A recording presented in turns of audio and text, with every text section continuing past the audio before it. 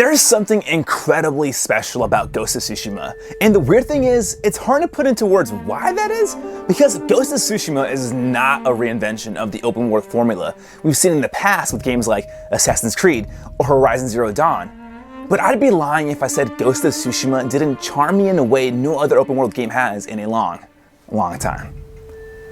Ghost of Tsushima lets you loose in a world that is as beautiful as it is deadly, where your curiosity is always rewarded.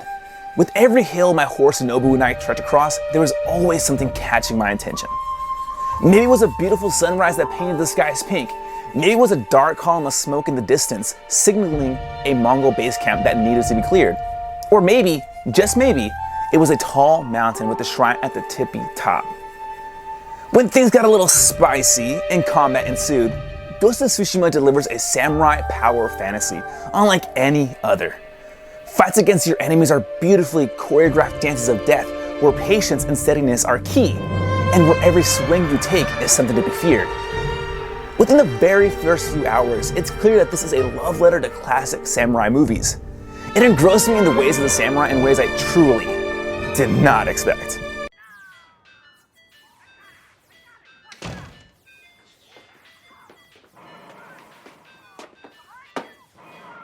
Friday night, gentlemen. In a way, it's the Samurai Jack and Afro Samurai game I've always wanted. Except, without giant robots and teddy bear men. Ghost of Tsushima is a game that I enjoyed from start to finish, where I found myself constantly smiling for no reason. This is the funnest game I've played all year. And yes, I did say funnest. And yes, it is a word. Trust me, look it up. But joking aside, let me show you why you should play Ghost of Tsushima. Ladies and gents, this is my Ghost of Tsushima review.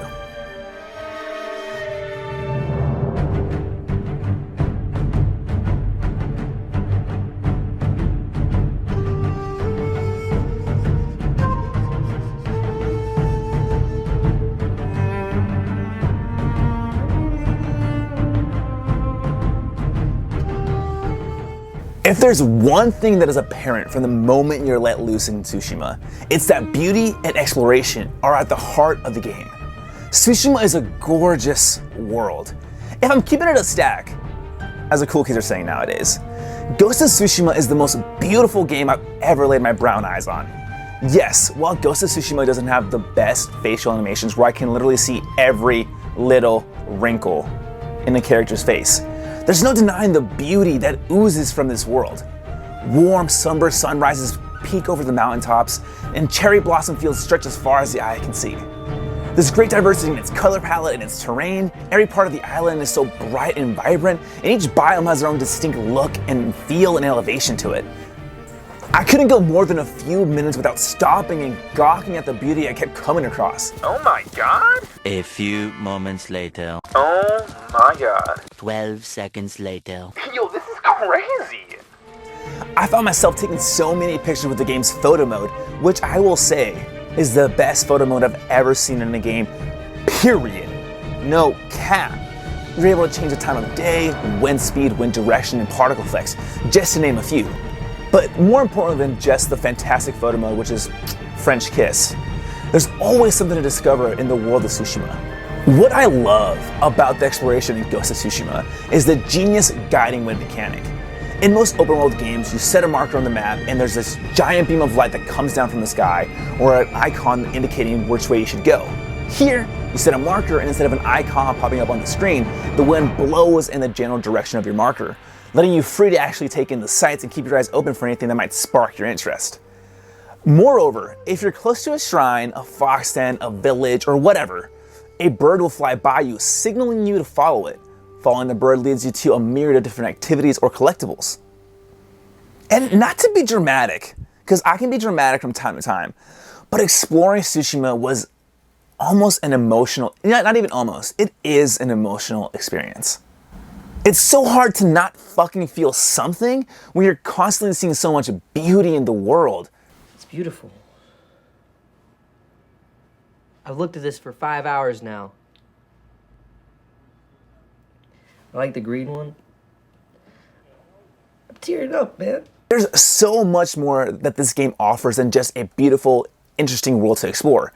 Because in reality, none of that would matter if the game wasn't fun to play. but luckily, it is.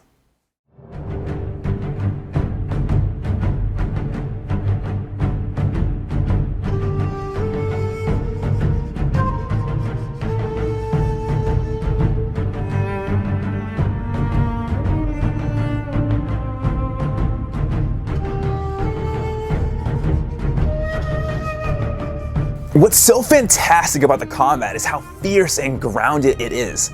Each swing of your katana is deadly, powerful, and weighty. There's this very real sense of collision with each swing you take as you see blood splatter everywhere with each strike and the limbs fall off your fallen foes. What's so fantastic about the combat is that you're not going to have the biggest success in fights if you're only button mashing. Rather, combat focuses on the use of 4 different stances to break the guard of your enemies. These different stances, which are stone, water, wind, and moon, are crucial when fighting specific enemy types.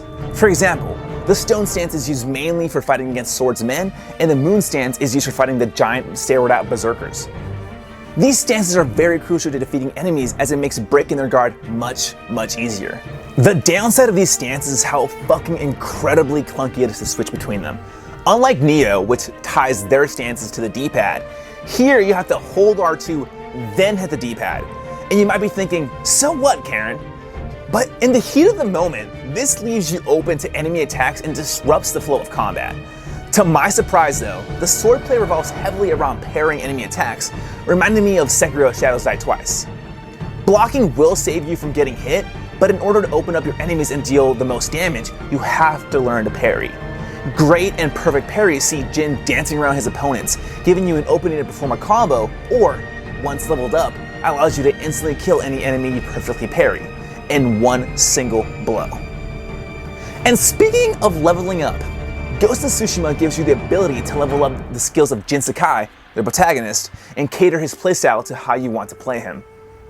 Want to live out your craziest samurai fantasy and charge into enemy camps with absolutely no fear? You can. You can spend points on leveling up different stances and defensive abilities. Or do you want to take the quieter approach and strike from the shadows and be that ninja you've always wanted to be? Well, you can. And yes, you heard me right. Ghost of Tsushima lets you be a ninja if you choose to play that way. For the majority of my playthrough, I decided to be the ghost, no pun intended, of Tsushima, opting to spend my points on stealth abilities like chain assassinations, which, by the way, is the most dope looking ability in the entire game. It's just look at this.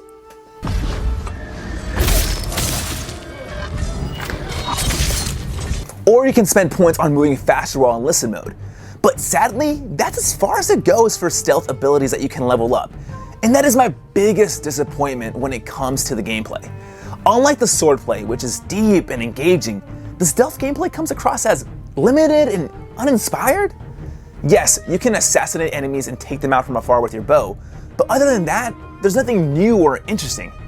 And speaking of not offering anything new, my biggest criticism of Ghost of Tsushima is that it doesn't do anything fresh with the open world formula. While the world has a beauty and charm unlike anything else seen this year, it does feel like a retread of what a lot of games have done in the past few years. The map is still flooded with things to check off your to-do list, and while the first few dozen fox dens are interesting, and some of the basic side quests are enjoyable, there's only so many of them you can do before you start feeling burnt out. But when you start feeling burnt out on some of the activities you're doing, the story and characters carry you through.